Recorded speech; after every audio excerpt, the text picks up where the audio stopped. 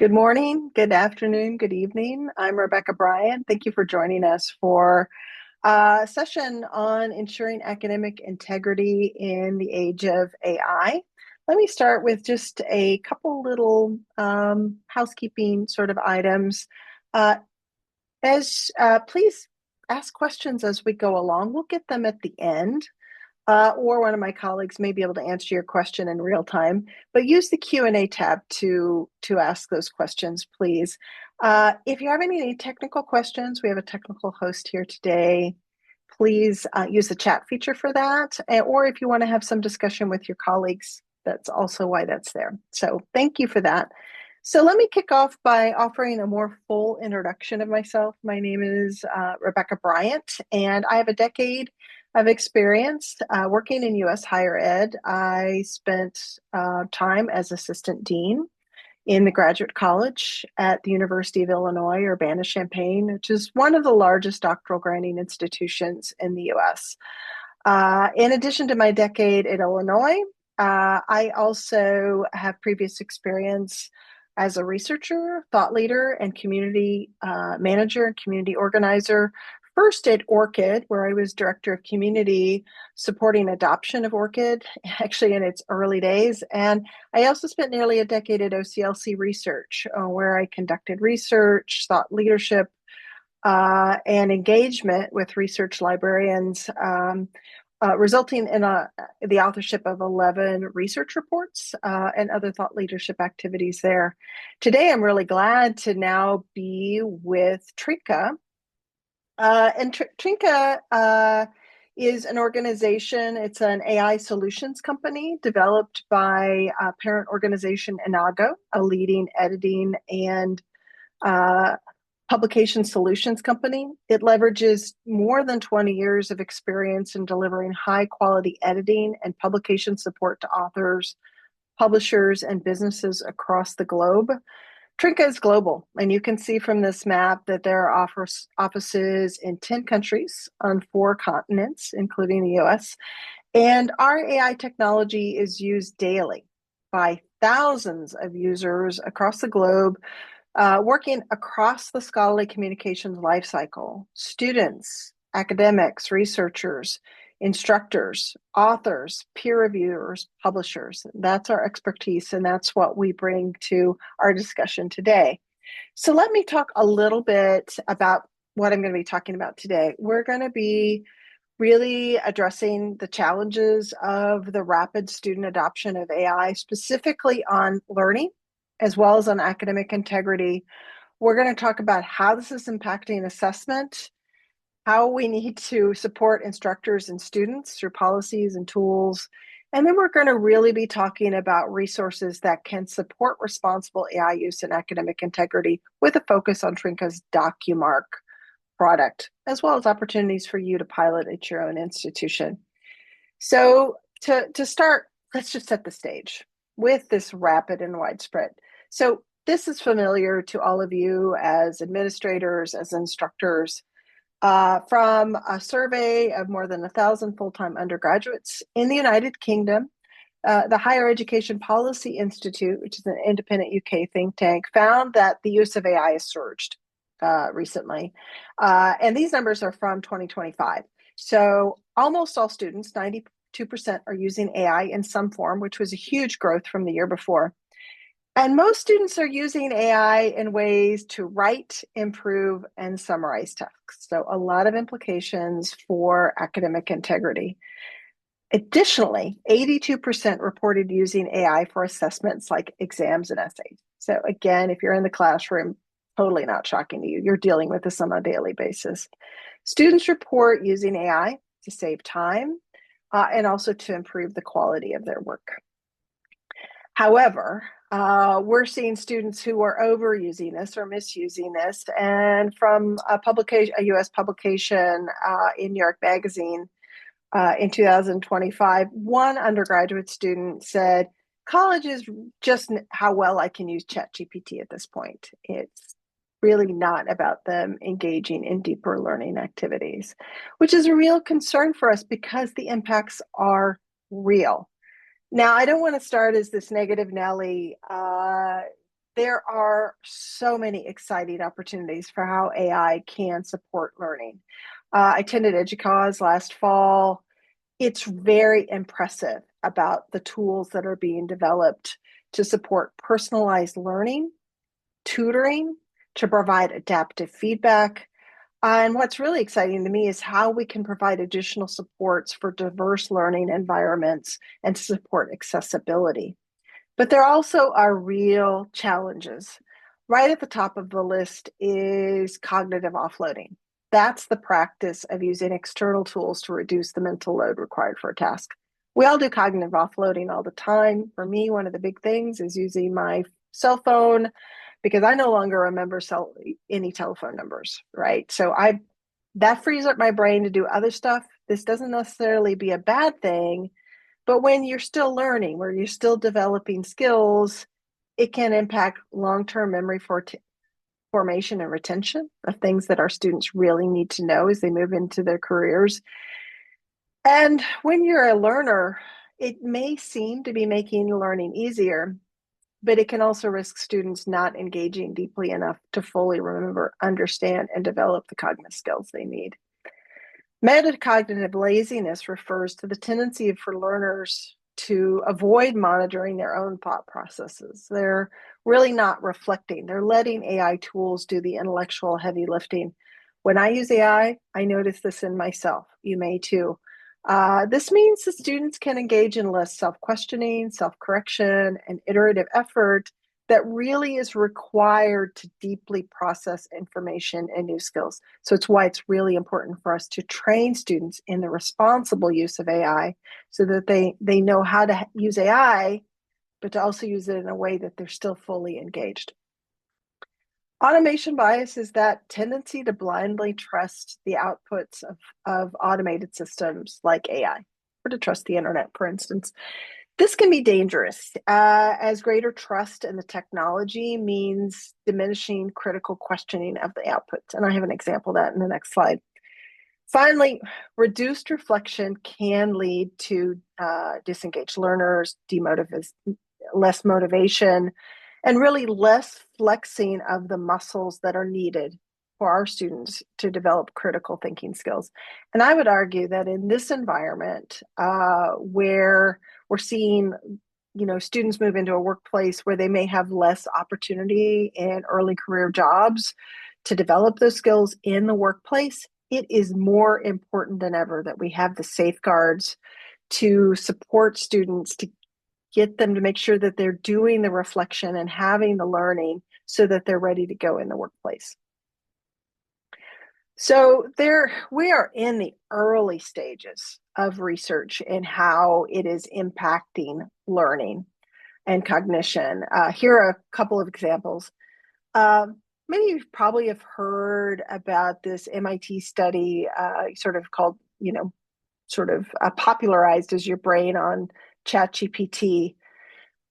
This study is really interesting because it found that when students wrote SAT-style essays, specifically using ChatGPT, their brains actually showed lower engagement across key regions responsible for executive control, attention, and memory, in comparison with students who wrote only using their own knowledge, or perhaps in a third group actually used the internet. So participants using ChatGPT tended to write less original essays. These essays were homogeneous. They shared similar language and ideas. And the students became progressively engaged. When they were asked to sort of, do multiple tasks, they vaulted. They really relied upon that automation bias. They simply ended up just defaulting to using AI and copying and pasting. The students who didn't use AI exhibited much stronger connectivity in their brains. And that's linked to greater creativity, curiosity, and memory processing. So that all seems really good. These are the things that we want. When ChatGPT users were later asked to rewrite that one of their AI-assisted essays without AI support, they struggled to remember what they had previously written. And they demonstrated reduced brain activity associated with memory integration. I actually did the same same test on myself about a year ago, writing a blog post, which I usually, would do all on my own, but I was synthesizing a lot of content. I asked AI to do it. And then I needed to prepare a presentation. And what I realized was preparing that presentation was a whole lot harder because I hadn't actually been as deeply engaged in writing the blog post. So lessons, I think, for all of us there. Another study carried out by Microsoft and Carnegie Mellon University on 319 knowledge workers showed a significant negative correlation between the frequency with which AI tools were used and critical thinking scores. So the study really concluded that there's an increased tendency to offload middle effort as trust in the system exceeds trust in our own abilities. So we're in this sort of wild west right now where we really need to be thinking about how do we address this? And you all, academic leaders, faculty are concerned. We have evidence of this, not just anecdotally. The American Association of American Colleges and Universities, AAC&U, conducted a survey of academic leaders, and they found that 66% of senior leaders think generative AI will diminish students' attention spans. And in a separate study in the UK that surveyed global faculty with over nearly 1,700 responses, they found that 83% of faculty members expressed concerns about their students' ability to critically evaluate AI-generated outputs. So we're at this sort of really unprecedented moment, and which Brian Greene from Santa Clara University says better than I can. He says, we're talking about an entire generation of learning that is perhaps significantly undermined. It's short-circuiting the learning process, and it's happening fast. And I think he suggests a sense of urgency for us to address this. So I think we have real concerns about learning, but we also have real concerns about academic integrity. And again, we have survey data that tells us more about this. We know that, again, from that AAC&U study, that 66% of senior academic leaders say cheating has increased on their studies. I've done some, looking at student newspapers, seeing what I can find additionally about this. Institutions are reporting significant increases. One I found says, oh, we're up to 400%. I haven't updated the slide. I found one also that said they'd had a 1,500% increase. This is what you're seeing at all of your institutions. And we know also that students say, yeah, we know. A survey of 733 undergraduates in the US found that 41% have reported using AI in ways that were explicitly prohibited by their instructors. And so what do we do about this? AI detectors are out there. Are they sort of a solution to this? A big challenge with this is that is some proportion of students, it's certainly not all students, but some proportion are seeking to disguise their AI use. And they're using, an array of things, AI humanizers. They're round tripping their content multiple times through different chatbots to, reduce the sort of AI impact. They're introducing imperfections. There's also a bunch of startup tools that are out there that make this even easier. It seems really predatory. But increasingly it is getting harder and harder to identify what AI content is, and academic leaders are reporting this. In general, there's a consensus that AI detector products don't work. I attended an AAC&U workshop last week, and that was also the consensus from the faculty members attending. That is, they also see alarmingly high false positive rates, 10% or even more. This results in students being falsely accused. There's also this real element of bias. ESL students are 2 to 3 times more likely to experience false flags. But despite this, we see a lot of universities still using this, although we're increasingly saying, universities saying, we're not using this, we advise not using this. But I also learned last week from AAC&U that there seems to be about 20 to 30% of faculty who are still independently using these products sort of because they're available sort of business to consumer. They can use them, and they're sort of, as AAC&U said, going rogue and still using these, even though there are these really false detection rates. This creates a real surveillance culture and erosion of faculty and students. Students sort of feel like they're out there, people are trying to catch them, even though that we know that students are often actively trying to use these tools to not be detected. So what do we do? Instruction, assessment, all need to be really looked at. Again, 48% of college leaders from AAC&U believe that the teaching model at their institution is likely to change considerably. And large institutions are expecting greater change.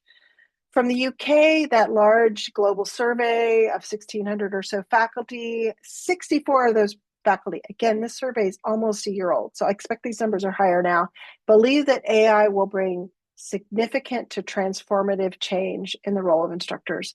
And less than 10% of those instructors thought, no, I don't think much is going to change.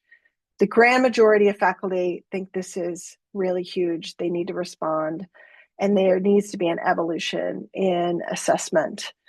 In student evaluation, 50% of faculty members believe that current assignments must be redesigned to be more resistant. And this was the focus of that recent AAC&U workshop.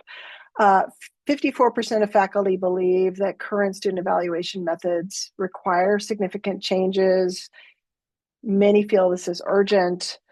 But of course, we do see a blend of faculty requirements in their classes. Some don't allow AI at all. Many are allowing their students to use with disclosure. But this is also becoming a real challenge because how do you do disclosure? Do students feel safe doing disclosure? Those are all, how cumbersome is disclosure? Those are also real challenges that I think we need to be addressing. The author of that student survey of about 1,200 students said every assessment must be reviewed in case it can be easily completed by using AI.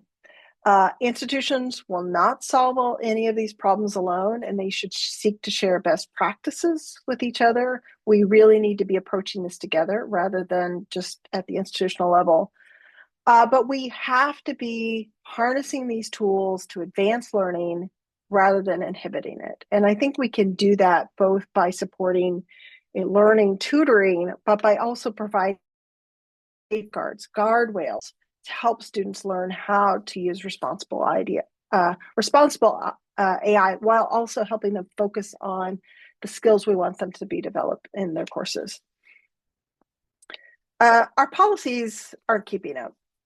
Not surprisingly, because everything's moving so fast.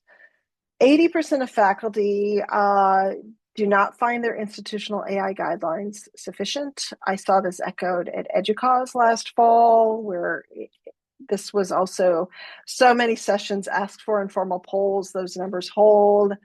There's just a lack of clarity all around, including about how instructors can be and should be using AI responsibly in their teaching.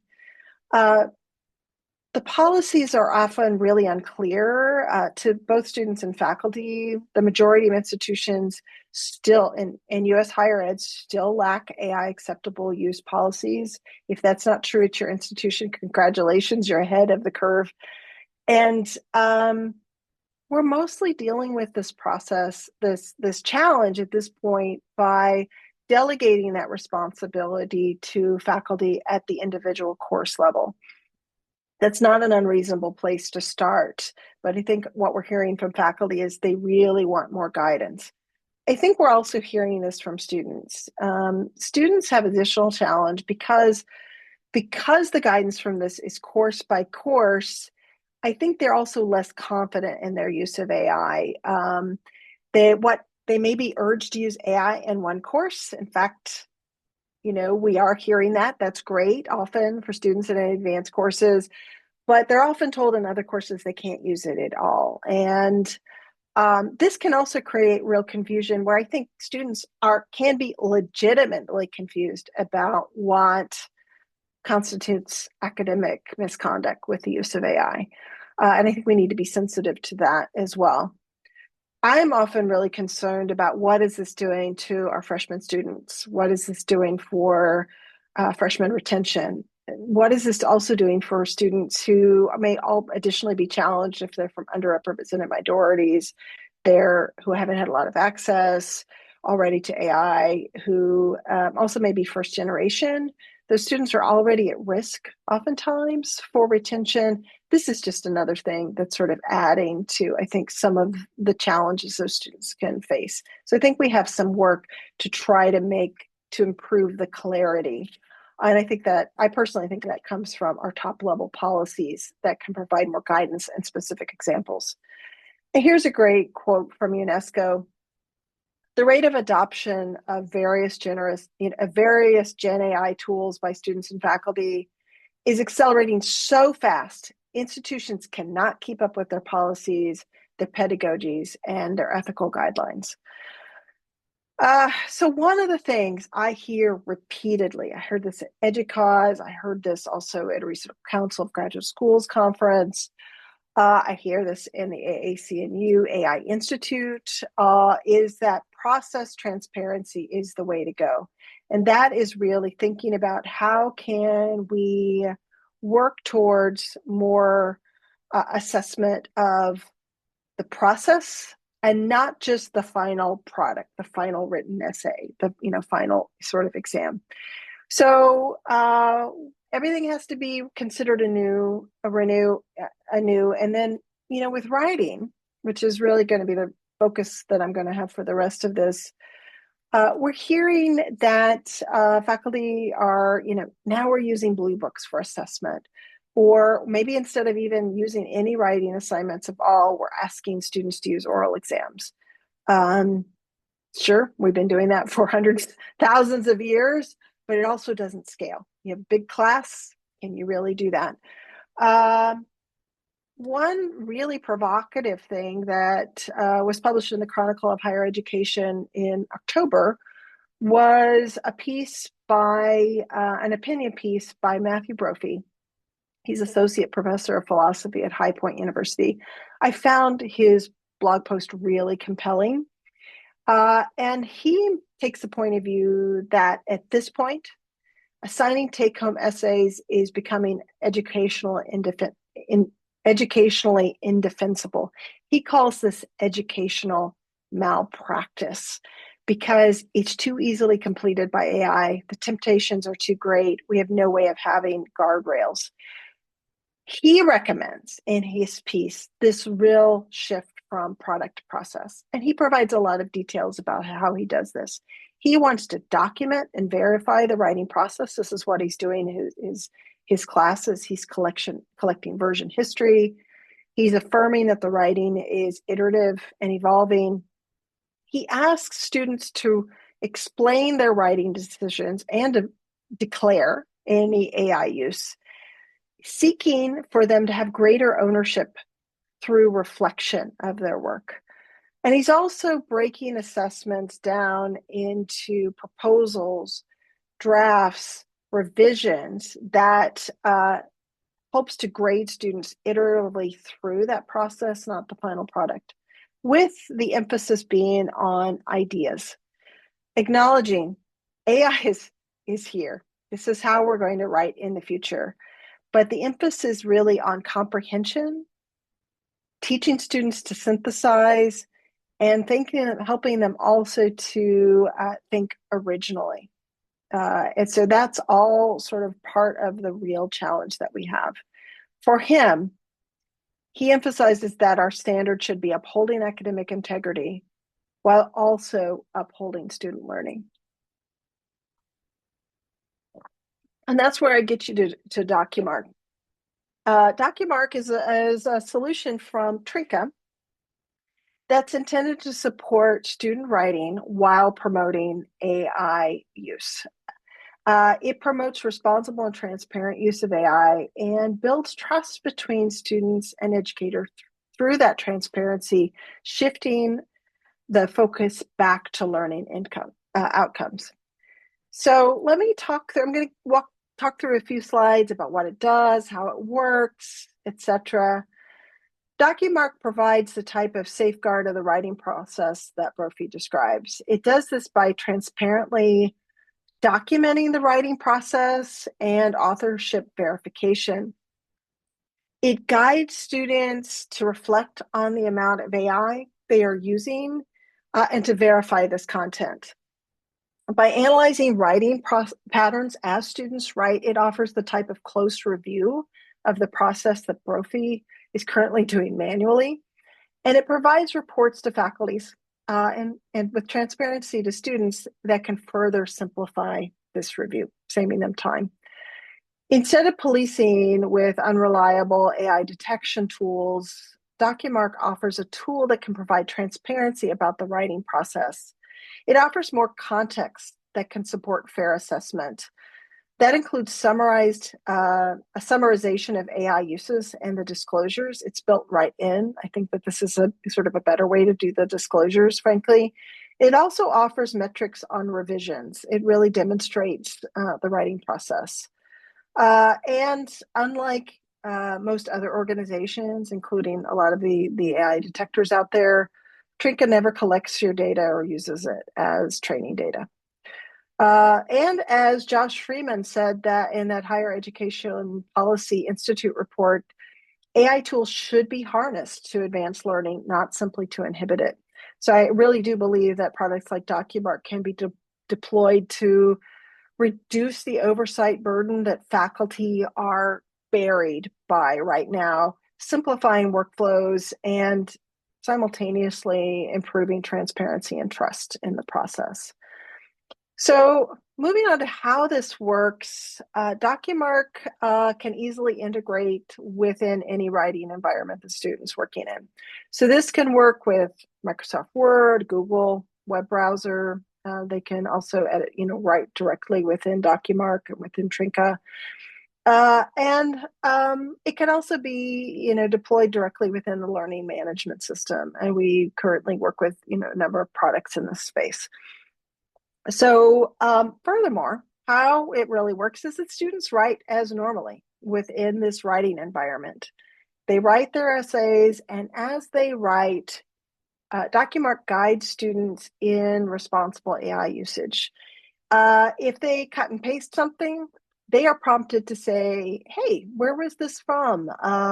Is this pasted in from AI? Oh, you have a chance to declare that. It's built right in.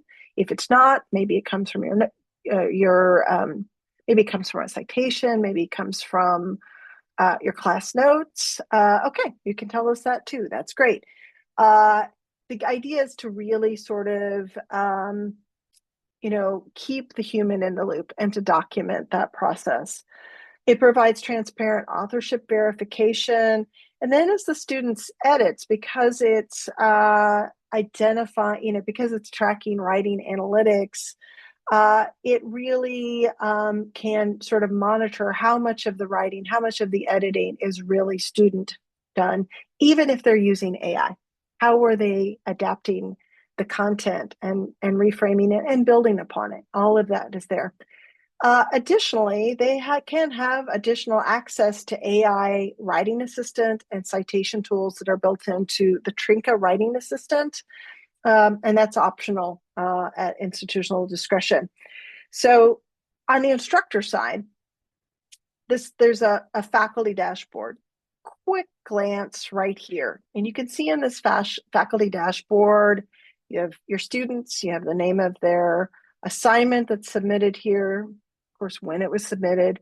And then you see a couple of things here that is, sort of student effort and student ownership score, as well as the ability for the instructor to click to view a much deeper report on the student.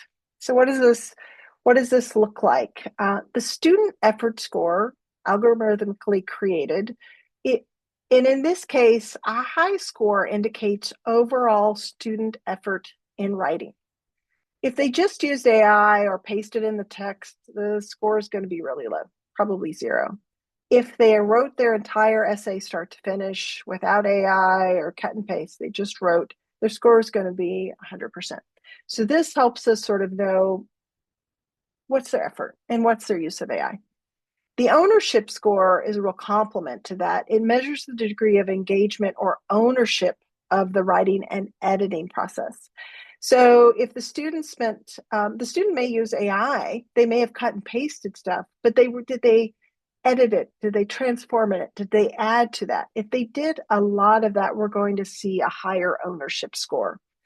And if they didn't, low score.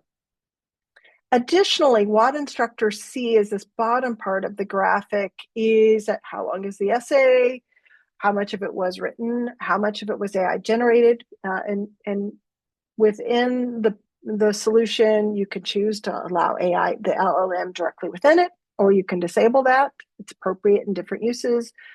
How much was copy pasted, and then how much of that was edited, paraphrased, etc. And then how much may come from unknown sources. All of that goes into these algorithmic metrics. The idea is to provide an evidence-based record for evaluation of the writing process. It's not probabilistic detection like an AI detection tool.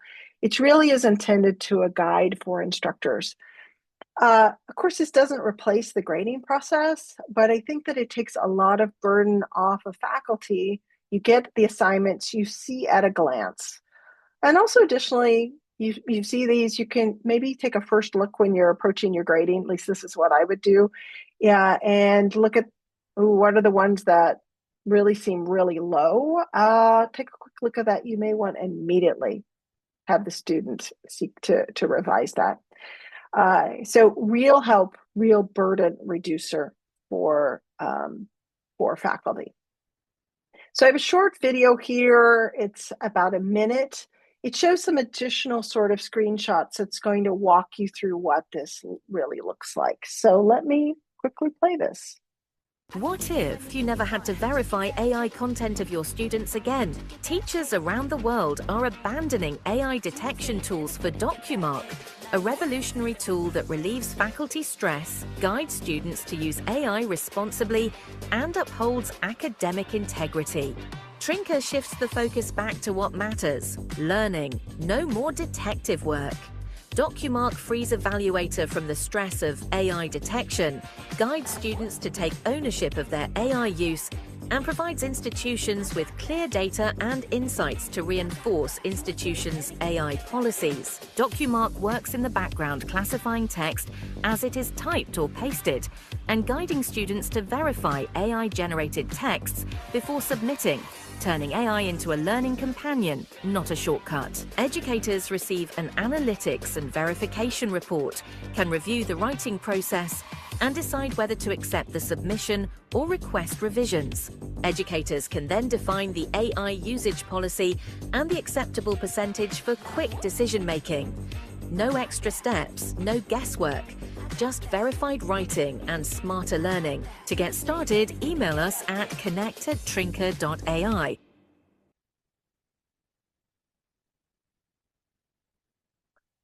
Okay, great. Hope that provided some clarity. Also, this is a good time for me to ask if you have some questions, just go put them in the Q&A and we'll get to those actually in just a minute. So student privacy, data security, really central. The goal is to create transparency and accountability, evidence of engagement, not for us to use in creating a better model. We don't save student essays or data. We don't for AI training data. We don't do screen recording. We have no browser history tracking. We don't collect cookies.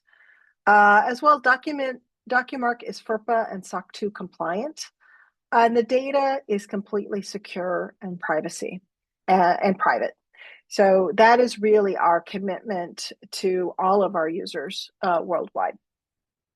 So quick summary for students, the benefit is really guiding them in the responsible use of AI. The benefit also is to help to engage them more deeply in their learning process by providing a transparent environment that can support improved assessment. It transparently documents their process.